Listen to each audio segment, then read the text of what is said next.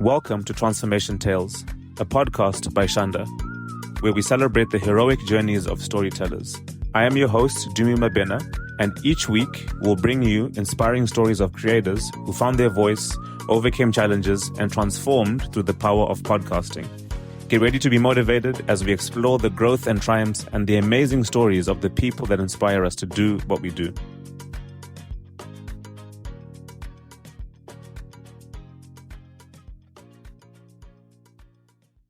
Alpha Man, thank you so much for taking the time to be with me. How have you been? As I asked you before, how was New York and your internship? How's it going? Man, I appreciate you taking the time and having me on your podcast. I mean, I was telling you earlier, anytime I get the chance to yap with someone new, it's definitely well worth it. But New York is great. I mean, I think every single person should take their time and visit the city, and if they could, get an opportunity to live here. So I grew up in New York, but it's so different from what I remembered. So I'm staying in Williamsburg. The neighborhood is so young. There's always something to do. It's not as hot as DC, which is sort of good because DC is very humid and muggy now at this point in the year. But overall, everything's been great. I'm living next door to one of my childhood best friends. So that's been really fun. Wow. Just seeing how much we have grown together, and now we're exploring the city together, and we're going through my first and his second internship together. In terms of working, man, working is so much different than you would expect it to be. How so? For starters, sitting at a desk is pretty tiring. You don't notice how tiring it is until at the end of the day, all you want to do is go home and go to sleep. So over the weekend, yesterday I came home and I went straight to bed. I went to sleep at 9, 10 o'clock. Normally I would stay up a little bit, but I was exhausted. And since today is a holiday, I was able to sleep for 12 hours. So that was good catching up on some sleep. But sitting on a desk is a little exhausting, but the job and the internship that I've been doing is pretty stimulating because it's a lot of sitting in client meetings and getting to hear what they're doing because I'm on the client-facing side right now. Right.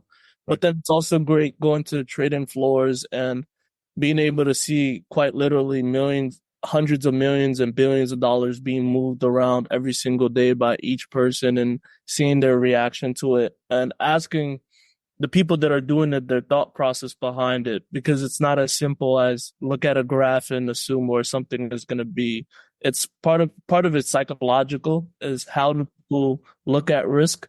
Right. And then the other part is how do they see the world around them and how they think the market's going to react to certain events. So that's been really cool. And yeah, that's my overall experience. How's been your summer? Post day. Well, the summer's been great. I think the summer's been cool. I think what's been nice, as I was telling you offline, was that sometimes, you're in school for a while, you have structure and programming, and then it's when you leave and that goes away, you can feel a little bit lost. But it's been really cool that we've had an accelerator to be a part of where the DC Tech Studio, where we can have structure programming to kind of help Shanda take off. So that's been really cool. And it's been fun. Obviously, it's not my first time doing this entrepreneurship thing. So I think it feels good trying to bring in good habits from before into this new iteration. So I've been happy. I don't want to complain too much. The MBA was really good to me. It was hard, but it was good. So I'm doing well. But you think you got more school in you? Say that again? You think you got more school in you in the future?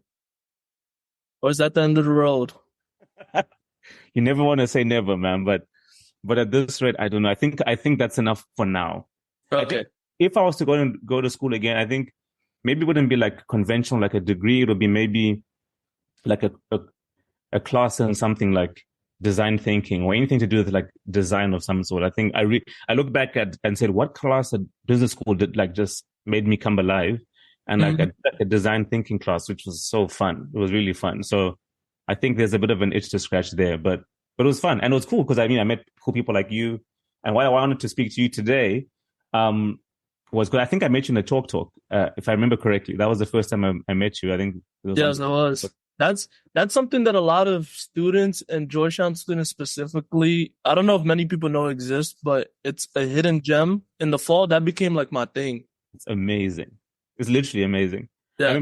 remember even like with this startup, like right now, people are like, yo, I have this problem. They're like, yo, you should just do X, Y, and Z. And I'm like, oh. And like I went 3 or 4 times until I got enough momentum to be, okay, I think I'm good here now. But I totally agree. It's kind of like, I look at it like a nursery for ideas. Like if you have a little idea, people are really safe about it and they give it a little bit of fertilizer and nutrition and sun until it can grow up and be a tree. So yeah. So I met you there, which is great. And I think I spoke about my podcast problem at the time. I think I think I connected with you after because you were making one. So from what I hear, even when I hear you talk about banking and how you kind of look at people and how they learn, I think you're very curious. Is that a fair assumption? I'd say, yeah. Person? Yeah, one of my teammates makes a joke that I'm a little bit too curious for his life. But yeah, I think everyone should be curious, and everyone, especially at this age. I mean, I'm on the younger end. That there's just so much that is unknown, and even you, like you're still not old, but yeah, I know, yeah, I got you. But you just have a little bit more perspective underneath your belt, and right. I think that's what curiosity gives you is a little bit of perspective. Totally agree, and I think when I listen to how you obviously like maybe introduce yourself about your podcast. I mean, I know of course you have your own podcast, but let me not be the person to introduce it. Let you introduce it, then I'll speak about what I think are the cool insights that I've gleaned from there are. Yeah. So my name's Alpha Berry. I run the Alpha Hour podcast. I last year started my freshman year. Wow, it's crazy how much time is really flying by. Yeah. But it really just started with a conversation at the library with one of my good friends, Laura, and we were just talking about life and some of our own perspectives, and we both realized that we really enjoy talking to people.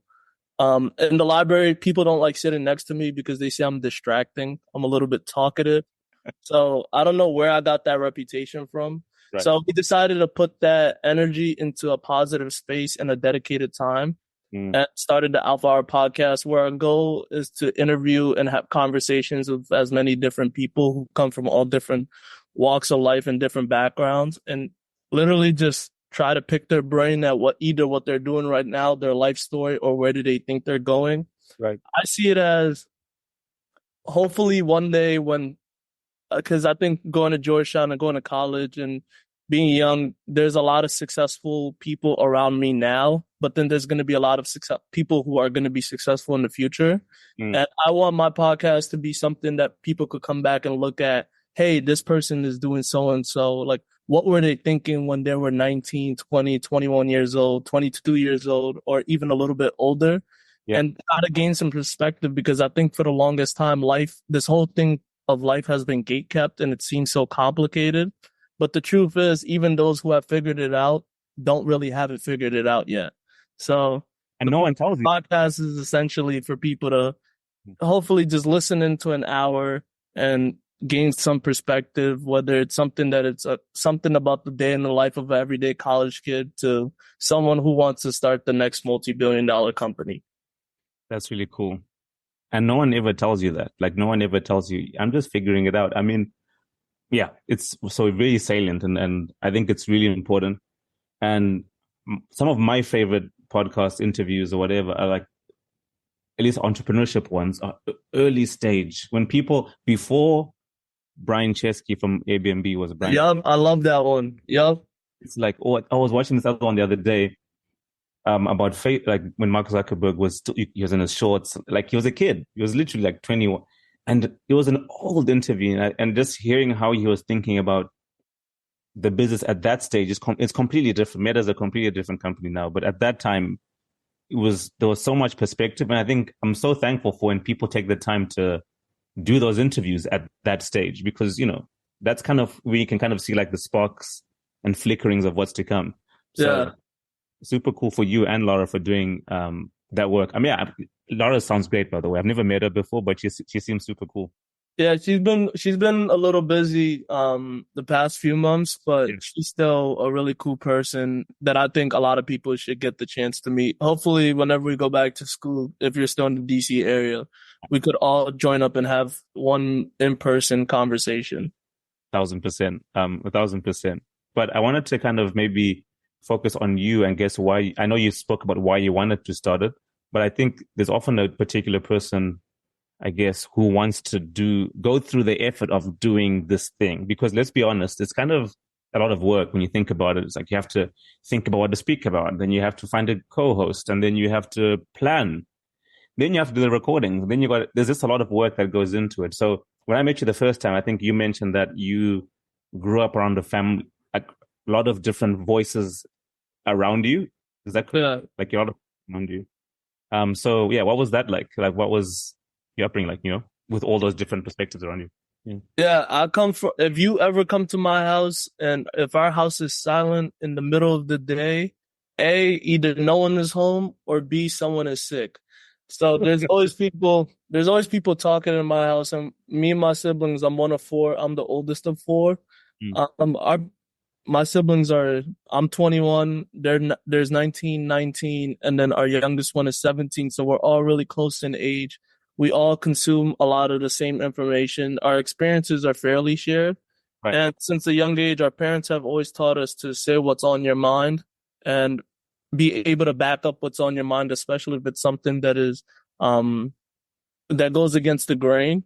So coming from that background is like really cool. And even learning from my parents. So my parents they immigrated from West Africa, to give us a better opportunity, which I'll be forever grateful for that.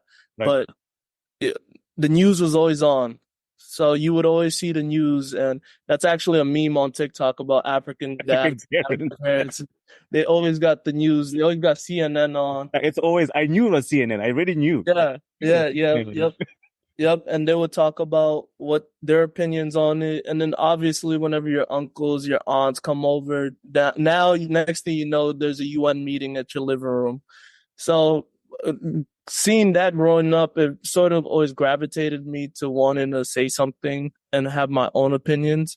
And now whenever I'm home with my siblings or with my dad or my mom, there's always something to talk about. Right. So that was always cool, and that's always been our bonding moments, especially at the dinner table. Right. For us at the dinner table, that was the most talkative point at the time. I think dinner took us like an hour, 2 hours every day. Wow. Because no one would focus on eating. Everyone would just be talking, arguing. Right. So that sort of gave me an appreciation for just hearing people to talk. Right. And also part of it, of expressing my own opinions. And then fast forward to my years at boarding school and now at college, I realized that I'm surrounded by so many different people who have totally different perspectives from me. Right. That all walks of life, all corners of the earth. And it's sort of, you're doing yourself a disservice, not getting to know them and understand, okay, why do you think this, or why do you have this belief? So for me, it's really just trying to expose myself to as much stuff as possible. So whenever I go back home, I could say, hey, this is what I have to talk about, and this is what I want to talk about. Because at home, if you don't talk, my parents think you're sick. They think that there's something. So there's that. That's great. So it's kind of like you grew up with a bunch of stories around you and different perspectives, and that becomes the norm. But of course, not everyone then says, okay, I'm hearing all of these perspectives. It's cool. I want to then capture them in some sort of medium or format that can then be shared on, which is interesting. But before I get there, you, of course, have so many different interests. Like you study government, I think, is it? Yeah. Study government, right? But you also play sport. So yeah, talk to me about, like, you're interested in business, government, stories, a lot of interest. Why?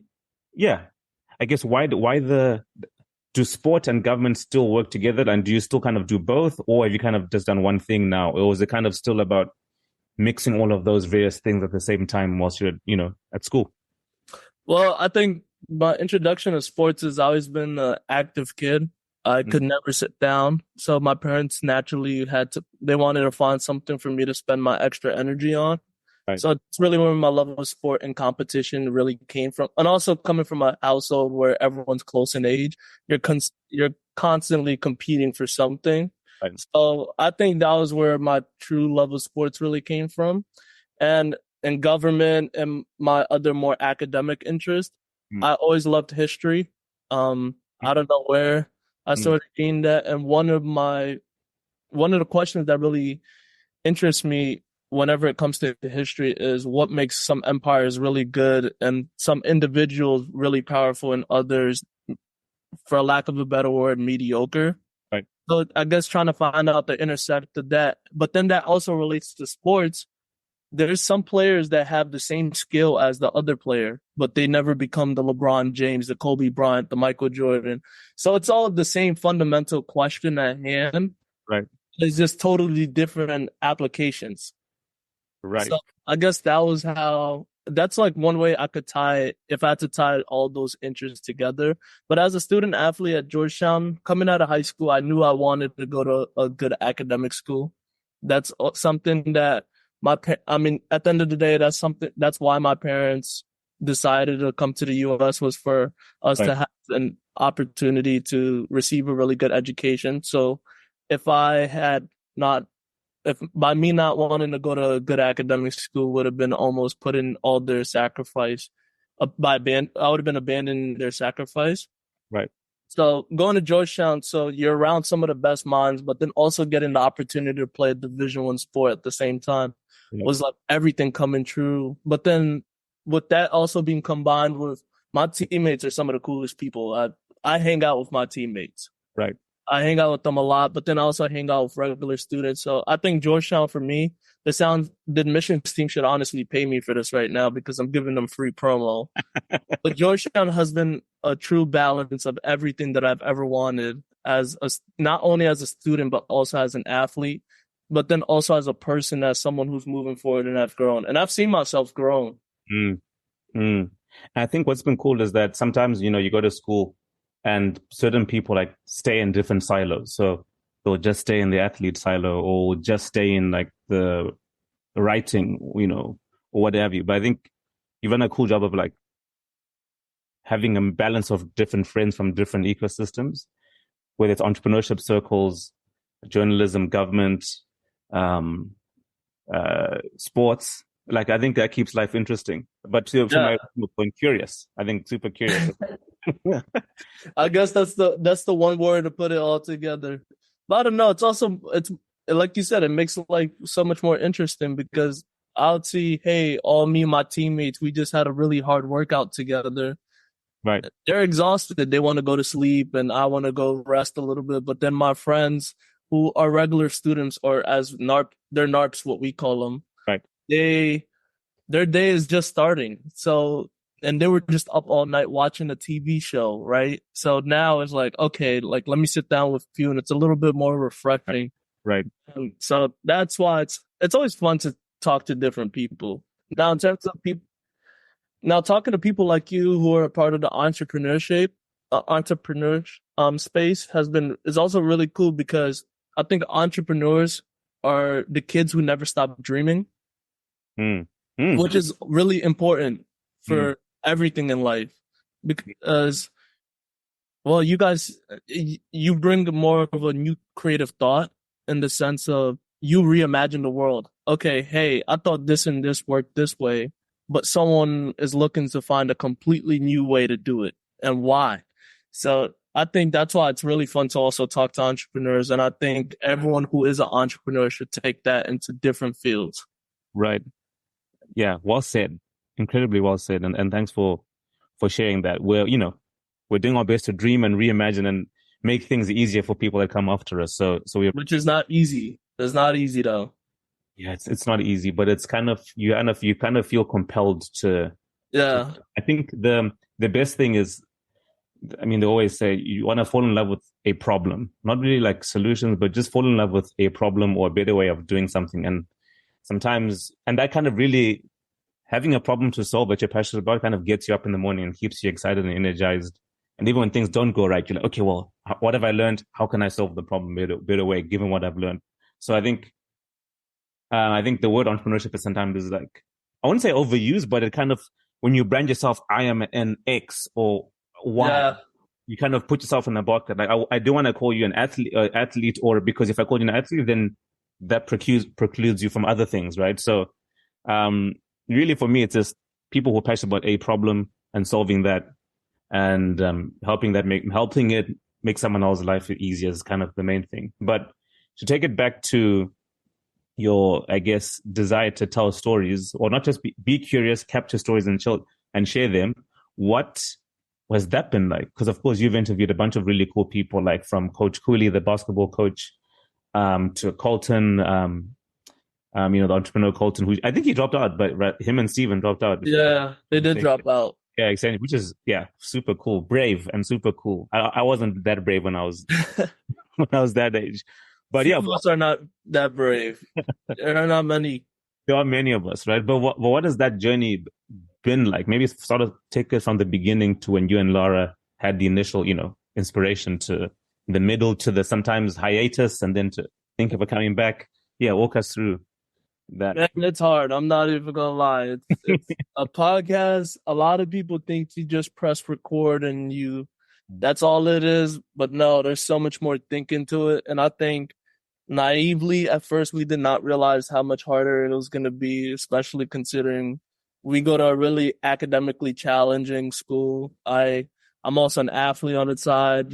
Laura has her own life, and then we're in totally different places at different times.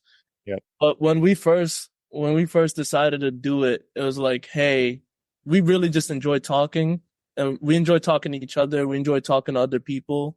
Yeah. Like, let's just record this and just see what other people think and give people the luxury of listening in essentially on some of the conversations that we have a privilege to have. Mm. So that was the first initial thought. And then part one was was sort of planning. Right. And it was like, all right, who do we want to talk to that people may want to listen to? And we're like, all right, Coach Cooley. All right. So we have to find a way to get him. And we're, a couple of hassles, I was able to sit down and interview him, and I would be appreciative of that because, well, I straight up told him I was starting a podcast. He didn't ask to listen to any episodes. He didn't ask what's your plan. He was just like, I'm in. So I appreciate him doing that. And then, so leading up to getting him, we wanted to get our feet wet a little bit and try to figure this whole thing out. So we had a few conversations ourselves. We had a friend come on just to figure out our formatting and style. Right. And at the same time, while we were doing that, at this point, I was watching like a bunch of YouTube videos. Other people have done it. Mr. Beast is someone who was actually good to watch. Right. I know a lot of people see just Mr. Beast videos of him doing these outlandish things like burying himself for 10 days, which is crazy. But he also has really good advice. And one thing that he said that always stuck with me is, don't look at the likes until your 10th video, because you haven't earned the right yet to say, hey, why aren't people watching my videos? Why isn't this blowing up? So up to this day, I still haven't seen the amount of likes, videos, views on any episodes, because fundamentally that wasn't what drove me. Like, sure, every person who starts something wants it to be huge and believe that everyone should listen to this. Right. But I also realized to the point, I haven't got those recs yet. I haven't done enough podcast episodes. I haven't done enough videos. I haven't planned enough to say, okay, I deserve to be at this point. So fast forward, the summer ended. The summer came last year, and me and my brother would have conversations, and I was like, hey, I really want to start this thing again, but I don't know where I want to take it. I don't know where I want to go with it. And I think that's still a question that I have today. But the school year came back around, and there's a bunch of recordings that I just have on my computer that I just have. Really? Yeah, there's just a few. Just kind of sitting in it's just sitting in my folder. Right. And the reason why, part of it is figuring out like the identity that I want to go for and the lane. But B is waiting for what I think is like the right time of just being consistent again. So fast forward this year, life has been so busy. Everything is so busy. I mean, I always underestimated how much time it takes to really put everything down and say, okay, I'm going to do this, I'm going to do that. But I met Colton. This is going to get me towards my episode with Colton. Right. I met Colin at it was almost at an entrepreneur club event on campus. And we talked for I think like an hour that day, and I was just like, "Hey, this is like really cool." And I heard Steven pitch a few times. Right. I was like, "All right, like regardless of how this goes, I wish you guys the best of luck." And I really just want to hear your how you came up with this and how you're approaching this and where you think this is going. So I was like, I need to find the time to sit down and have this conversation, Right. regardless of if I continue to do my podcast or not. Right. So we sat down, had that conversation. It was a really good conversation. Fun fact: after we finished recording, we continued talking for another 2 hours afterwards. So Wow. that was like a lot of conversation at one time, and I appreciate him doing it. Hey, if they blow up, I want to be known as the person who interviewed them first. So I let that stand. Now, fast forward since then, there's a few. I want to go back into it, but this time, whenever I start recording again, I want to essentially what you said. An entrepreneur has to figure out the problem that they want to solve. For me, I see it from a different lens of I want to figure out what is my why. And not just that I enjoy storytelling, but why am I having this person on the podcast? Why are we having this conversation? And I feel like people should listen to you. And I think in order for me to figure out that why, I had to listen to a few other podcasts. So right now I'm listening to Lex Friedman is one of my favorite podcasters, only because he wants to interview everyone. He's one of one. I will let you finish, but he's incredible. Yeah. No, he's incredible. Yeah, everyone should listen to him if they get the chance. I mean, I just enjoy how much I'm able to learn from him and the people that he had. But then on the other side, before I used to refuse to listen to Joe Rogan because everyone was like, I'm listening to the Joe Rogan podcast. I'm listening to the Joe Rogan podcast. So I'm like, I'm not hopping on this wave. But then when I sat down and I listened to a few episodes, and one of my favorite ones is him and Zach Bryan, which he's a country musician that a bunch of my friends listen to. Right. I was like, wow, like it felt like I'm your friend. It felt like I knew you guys. Like it felt like if I went outside, I could generally say, "Hey, what up, Joe? What you doing today?" I could feel like I've known him for a while, so that part felt really good.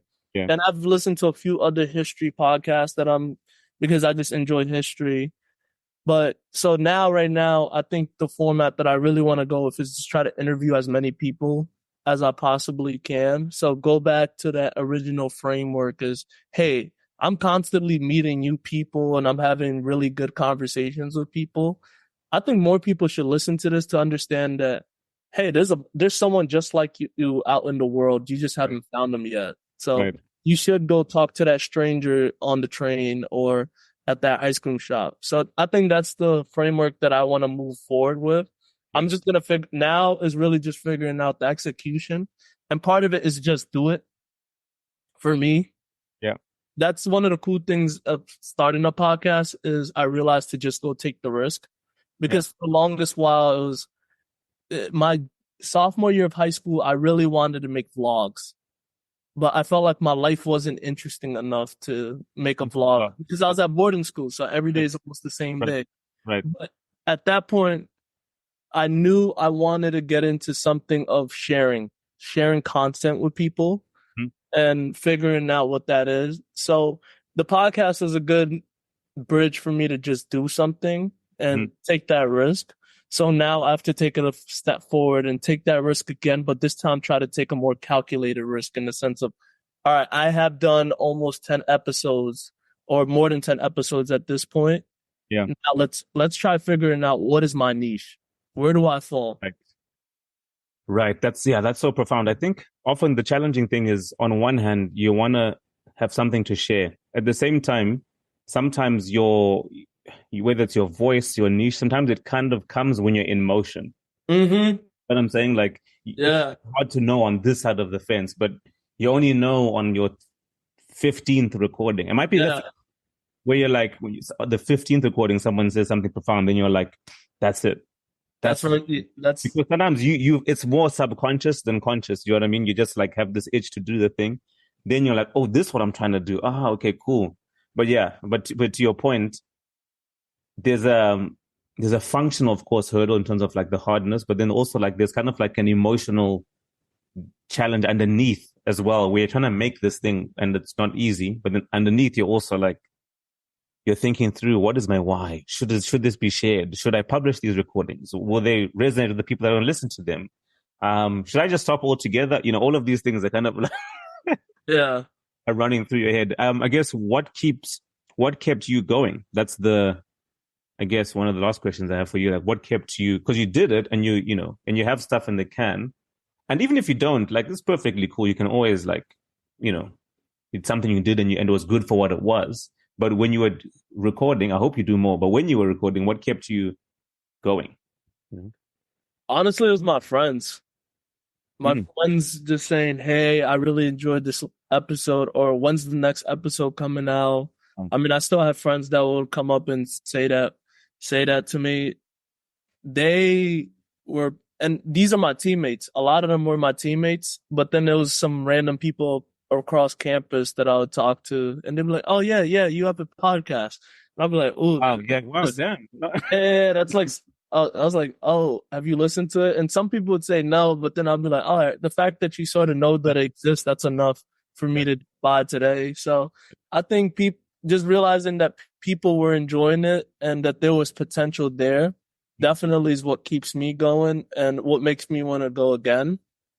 And also, not to say that I inspired anyone, but there was a few people that watching me do it, who had inspirations of either starting their own podcast or whatever it is, their own writing their book or starting their own YouTube channel. That was like, hey, if he did it, he's a regular kid. Like, there's not something I know that they don't know, right? The only thing I did was I was just able to press send.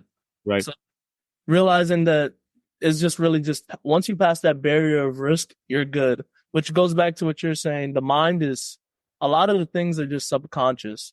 It's all in your mind. One of my favorite movies is A Beautiful Mind, which if anyone watched or read the book, it's a really good story in the sense that here's this mathematician who was able to quite literally win a Nobel Peace Prize with his mind, but then he also had schizophrenia and was seeing stuff. So the mind at one point is doing this beautiful thing of creating something beautiful, but then it's also creating something that holds you back. Damn, wow, I watched that movie before. I did not glean that. So, but totally, like it can do all these amazing things, but at the same time, it's making you lose your like the same brain that can do that is doing this to you. Like, and everything is all just here.